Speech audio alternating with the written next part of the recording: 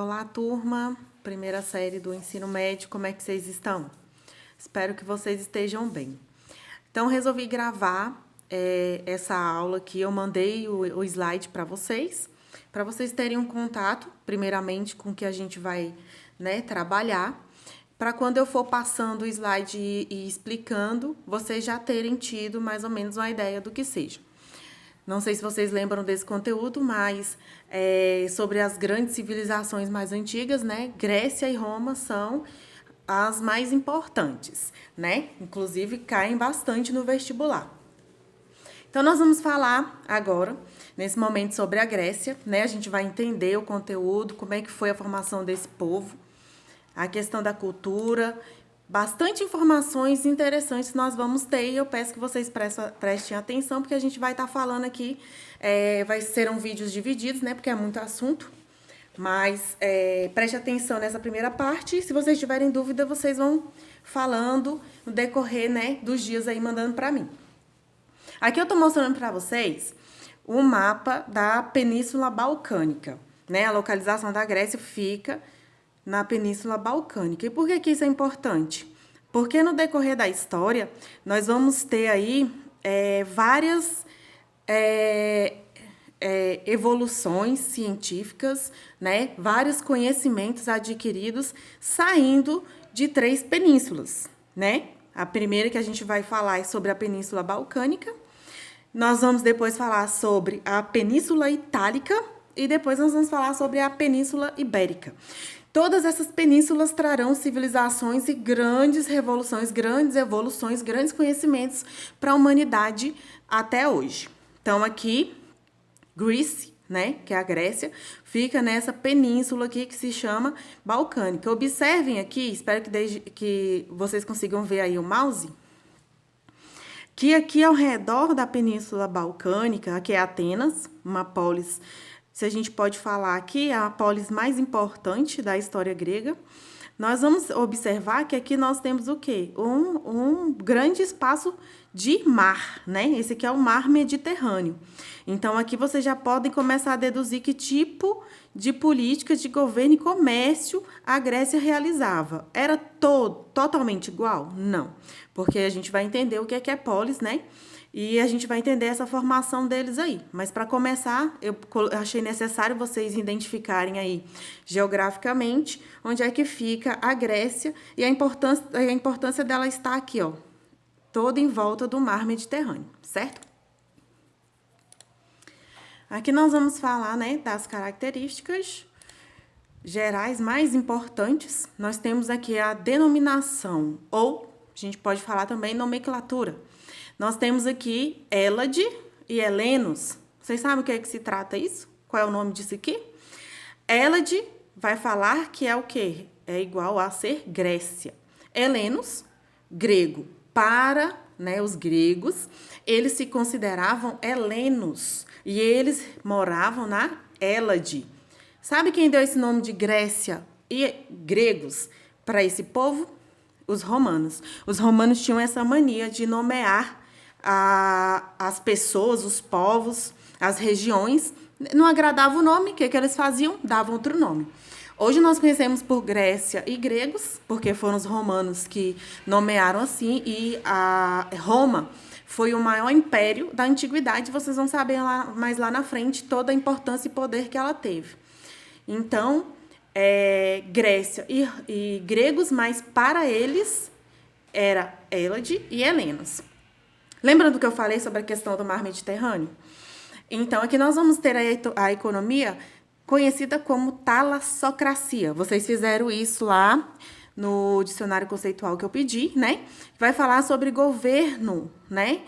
E comércio marítimo. Talassocracia quer dizer que é o tipo de governo e comércio daquela civilização que ela criou para ela poder o quê? Avançar economicamente, porque se você olhar pelo mapa, a Grécia ela vai ficar num terreno montanhoso. Ela não é totalmente plana. Terá algumas cidades, estados ou polis em terrenos planos? Terá. Mas a grande maioria, a Grécia, ela fica em montanhas. Então, se você olha para um lado, tem montanha. Se você olha para o outro lado, tem montanha. Imagina como seria cultivar em montanhas. Porque a gente sabe que a agricultura é bastante importante. Mas se para a Grécia eles não têm essa opção, o que vai sobrar para eles poder realizar como comércio, como governo? A talassocracia, que é utilizar todo aquele mar Mediterrâneo que circula a península balcânica a seu favor. Então, eles vão realizar comércios marítimos, né? Eles vão produzir artesanato, eles vão fazer trocas, eles vão negociar com outras civilizações utilizando o mar Mediterrâneo. Então, por isso que a economia deles é a talassocracia. Aqui a gente está falando em características gerais. Novamente, não estou dizendo que todas as polis utilizavam isso, mas no geral era assim. Religião dos gregos. Religião dos gregos, ela era politeísta. O que isso quer dizer? Isso aí vai significar que eles acreditavam em vários deuses, né? E a religião deles é bem conhecida através da mitologia. Os meninos aí que adoram, né? Essas questões aí dos deuses e deusas. Então, a mitologia grega vai ser a religião desse povo, muito pautada em mitologia, em criação de histórias e explicações do mundo através das histórias dos deuses, né? A gente está estudando filosofia e a gente está vendo bem essa questão aí, né? Então, continuando aí, né? Espero que vocês tenham entendido. Aqui é uma figura da... Peraí, gente, vou dar uma pausazinha para tirar essa manchinha que tá aqui, só um instante. Isso, aí é a figura da Medusa, né? Quem gosta de mitologia aí, já assistiu esses filmes Percy Jackson, essas coisas aí, sabe que a Medusa, ela tem um poder que quem olha diretamente pro rosto dela, né, se transforma em pedra. Isso aí também foi uma maldição. Tem toda uma história por trás disso. Quem gosta de mitologia, pesquisa e vai gostar bastante das histórias dos deuses gregos, né? É só para representar como que era pautada aí a religião desses povos, né? Politeístas, tudo baseado e explicado através dos deuses. Continuando, nós vamos falar aqui sobre as origens e a formação da civilização grega. Então, nós vamos ter aqui propriedade coletiva da terra. Também lá no dicionário conceitual, coloquei essa questão da propriedade coletiva da terra, que a gente fala sobre modo de produção asiático. Né? Se vocês bem se recordam, os trabalhadores não eram eram meio que livres, mas estavam presos à terra. Eles não poderiam abandonar aquela terra. Então, todos trabalhavam e cultivavam para o bem de todos. Né? Mas, de fato, quem cuidava das produções era o Estado, na figura do rei, do imperador ou do faraó. Lembram-se? Então, a propriedade coletiva da terra, a terra é de todos, a produção é de todos. São chamadas de comunidades gentílicas, gentes ou clãs, para ficar mais fácil, você pode imaginar tribos, clãs, né? Não era uma grande sociedade como a gente tem hoje, eram divididos em clãs, basicamente clãs familiares, mesmo os parentes ali formavam uma tribo e o líder dessa tribo se chamava pater familias. Esse líder, ele sempre era o homem mais velho daquela tribo. Então, se tinha um homem mais velho, era ele que comandava, era ele que decidia todas as questões relacionadas à tribo, certo? Continuando, nós vamos ter aqui os períodos da história da Grécia Antiga, pois, assim como a história ela é dividida em períodos, né, nós vamos ter pré-história, antiguidade, Idade Média, Idade Moderna e Idade Contemporânea, porque, imaginem, não teria como a gente falar de toda a história de uma única vez, de um único jeito. Então, para facilitar, os historiadores dividiram a história em períodos, né, para que a gente possa entender mais fácil a matéria. Então, o período grego será dividido também, porque ele vai ser bem extenso, se vocês observarem aqui, inicia 2000 anos antes de Cristo, né? E ele vai terminar ali no ano 145 a.C. E sim, a ordem dos anos ela vai passando de ordem decrescente. Começa do maior e vai para o menor. Porque se você lembrar, nascimento de Jesus é que vai resultar no ano 1. Jesus vai nascer durante o domínio romano. A partir do nascimento dele, começa... Peraí, gente, vou dar uma pausinha para melhorar aqui a questão da imagem. Então, a questão dos períodos dos anos é assim mesmo, tá? Começa do maior e vai para o menor. Então, nós teremos aqui o período pré-homérico, né? Que vai de 2000 anos antes de Cristo a 1200 anos antes de Cristo. Vamos ter o período homérico, né? De 1200 antes de Cristo a 800 antes de Cristo. O período arcaico, do ano 800 a 500 anos antes de Cristo. Período clássico, 500 anos antes de Cristo a 338 anos antes de Cristo, e o período helenístico, 338 anos antes de Cristo a 145 anos antes de Cristo. Para que foi dividido? Para a gente entender mais facilmente como que foi, como que se deu a história desses povos aqui, né, dos gregos. Compreenderam? Então vamos lá.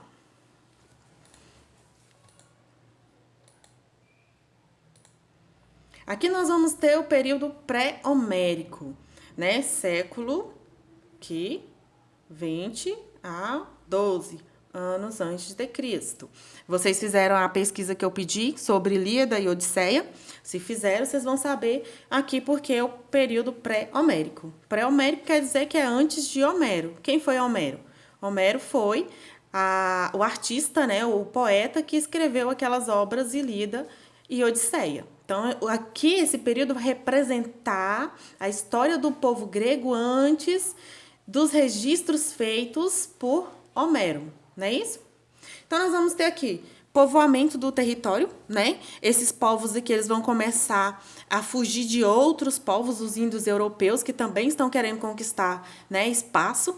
Eles vão acabar fugindo da onde eles estão e vão começar a ocupar ali a Península Balcânica. Então, nós vamos ter 3 principais povos formadores da civilização grega, que são quem? Aqueus, Eólios e Jônios, tá? Depois nós vamos saber que polis que foi descendendo aqui desses povos. No século XII a.C., nós vamos ter a invasão dos povos dórios, entendam. Lá no povoamento, quem povoou primeiro o território foram esses aqui, ó, Aqueus, Eólios e Jônios. Lá na frente, vai vir esse povo aqui chamado dórios, ou povos dóricos. Esse povo aqui, ele era extremamente militarizado, né? Eles gostavam de batalhar, eles lutavam, eles guerreavam. Tanto que toda vez que você observar e você ler esse nome, você pode lembrar que, ó, eu deixei bem marcadinho aqui da palavra guerra. Guerra é o sobrenome deles, assim como os espartanos. Então, esse povo invade o território aqui. O que vai acontecer? São militarizados, são cruéis, chegam destruindo mesmo, chegam acabando com as coisas. Aí vai acontecer do que desses povos aqui? Eles vão ficar sob o domínio dos dórios? Uma grande parte não quer ficar sob o domínio deles. Então, vai acontecer a primeira diáspora grega. Coloquei aqui uma diferenciaçãozinha aqui, ó. Diáspora versus êxodo. Vocês sabem qual é a diferença entre diáspora e êxodo? Então, vamos entender. Êxodo é quando pessoas seguem para o mesmo caminho e para o mesmo lugar. E elas vão se fixar juntas, todas juntas. Elas decidiram, tem uma história na Bíblia lá que fala sobre isso, né? Eles vão se juntar, vão definir o trajeto e o destino. Então, eles vão sempre juntos no trajeto até chegar no destino final, juntos. Diáspora é o contrário. Diáspora, eles saem todos separados, né? Famílias vão para um lado, outros povos vão para, outras tribos vão para outro lado. Eles vão se espalharem e não estarão se fixando no mesmo lugar, né? Eles vão estar separados. Essa é a diferença. Então, quando os dórios chegam, invadindo, destruindo tudo, matando, saqueando, grande parte desses povos aqui vão, né, gerar aqui essa primeira diáspora grega, que é o espalhamento de povos gregos por outros territórios. Certo? Espero que tenham entendido. Aqui, né, a imagem do Homero. Quem pesquisou pode ter encontrado aí a imagem do Homero. E aqui nós vamos ter o outro período, que é o período homérico, né? Então, quem pesquisou aí sabe que a Odisseia e Ilíada são histórias, né? Que esse Homero registrou acontecimentos que facilitou com que os historiadores resgatassem a história grega e identificasse coisas que tinham acontecido, né? A história da Ilíada vai ser a história de Helena de Troia, né? Espero que vocês tenham pesquisado, é uma história bastante interessante. Se eu tivesse em sala, eu estaria falando sobre, mas como a gente está online e o nosso horário também foi reduzido, não posso estar me estendendo muito. Então, se você pesquisou, tenho certeza que você vai gostar sobre a história, né, de Helena de Troia, do cavalo de Troia, né, do Paris, do Aquiles. Espero que você tenha gostado. Qualquer coisa você comenta comigo depois, certo? Então, nós vamos ter nesse período aí, do século XII ao século VIII a.C., e lembre, é decrescente mesmo, vai cair mesmo. Nós vamos ter um grande crescimento demográfico. O que significa isso? Significa que irão nascer muitos gregos nesse tempo. Imagina aí comigo, não tinha televisão naquela época, não tinha YouTube, não tinha Netflix. Então, as pessoas não tinham tanta diversão assim, o que elas iam fazer? Fazer filho, né? E aí vai crescer bastante a população nesse momento. Quando a população cresce dessa forma, o que vai gerar aí? Qual será o resultado disso aí? Vai gerar aqui a escassez de terra. O que é isso? As terras irão acabar. Muitas pessoas ficarão sem terras. E aí, lembra do pater, do líder, do homem mais velho das tribos, de cada tribo? Vocês lembram que eu comentei com vocês? Que em cada tribo tinha um homem mais velho que comandava tudo, que decidia sobre tudo. E ele era chamado, né, o pater. Esse pater terá filhos. E o nome desses filhos será o quê? Eupátridas. Os eupátridas estão vendo que a população está crescendo, as terras estão acabando, então o que eles vão decidir? Eles vão decidir tomar todas as terras para eles. Então, eles vão se tornar detentores das terras e eles vão dizer que eles são os donos legítimos, uma vez por serem filhos do pater, que era o líder da tribo. Então, imagina, poucas pessoas terão o domínio das terras nas mãos. E o resto da população, que é a grande maioria, ficará sem terra. E aí uma informação interessante, que nesse momento existiam, né, duas formas da pessoa se tornar escrava. Uma era ela sendo presa após uma guerra, quando uma civilização ganhava de outra, a civilização que perdia se tornava escrava. E a outra era, se você não pagasse suas dívidas, você se tornava escravo. Então, você devia para uma pessoa, não pagava ela, o que você ia se tornar? Escravo da pessoa que você devia. Então, se as pessoas não têm terra, e vamos lembrar, a agricultura é muito importante para a sobrevivência das pessoas. Se você não tem terras, você não cultiva. Se você não cultiva, você não tem produto. Então, essas pessoas que não tinham terras, com certeza iriam ficar devendo. Iam fazer empréstimo para tentar sobreviver, mas um tempo depois ia acontecer o quê? Não ia conseguir pagar a dívida. Então, elas iam se tornar, né, potenciais candidatos à escravidão por dívida. E essas pessoas vão pensar o quê? Não vou ficar nesse território e me tornar escravo. De forma alguma, vou tentar a minha vida em outro lugar, em outro território. Então, o que acontece aí? Vai acontecer aqui no período homérico? A segunda diáspora grega. Lembra que a primeira quem causou foram a invasão dos dórios? Agora, essa segunda que está causando essa diáspora aí vai ser o quê? A escassez de terras. E o medo de se tornar escravo. Compreenderam? Aqui, né, só uma referência dos poemas, né, Ilíada e Odisseia, conta a história de Helena de Troia, né, e Ulisses, o retorno de Ulisses para casa. É bastante interessante, indico que vocês leiam. Período arcaico. Vamos identificar aqui as características do período arcaico. Tem aqui uma representaçãozinha de um esqueleto, né? Pobreza, porque vai ser o que vai acontecer na Grécia durante esse tempo, esse período, século V a 6 a.C., já que aconteceu a segunda diáspora, eles vão buscar novas terras, é lógico, né? Eles não querem ser escravos, então eles vão procurar novos territórios. E o interessante dessa diáspora é que eles vão ter contato com outros povos. Os gregos terão contato com os fenícios. Lembram dos fenícios?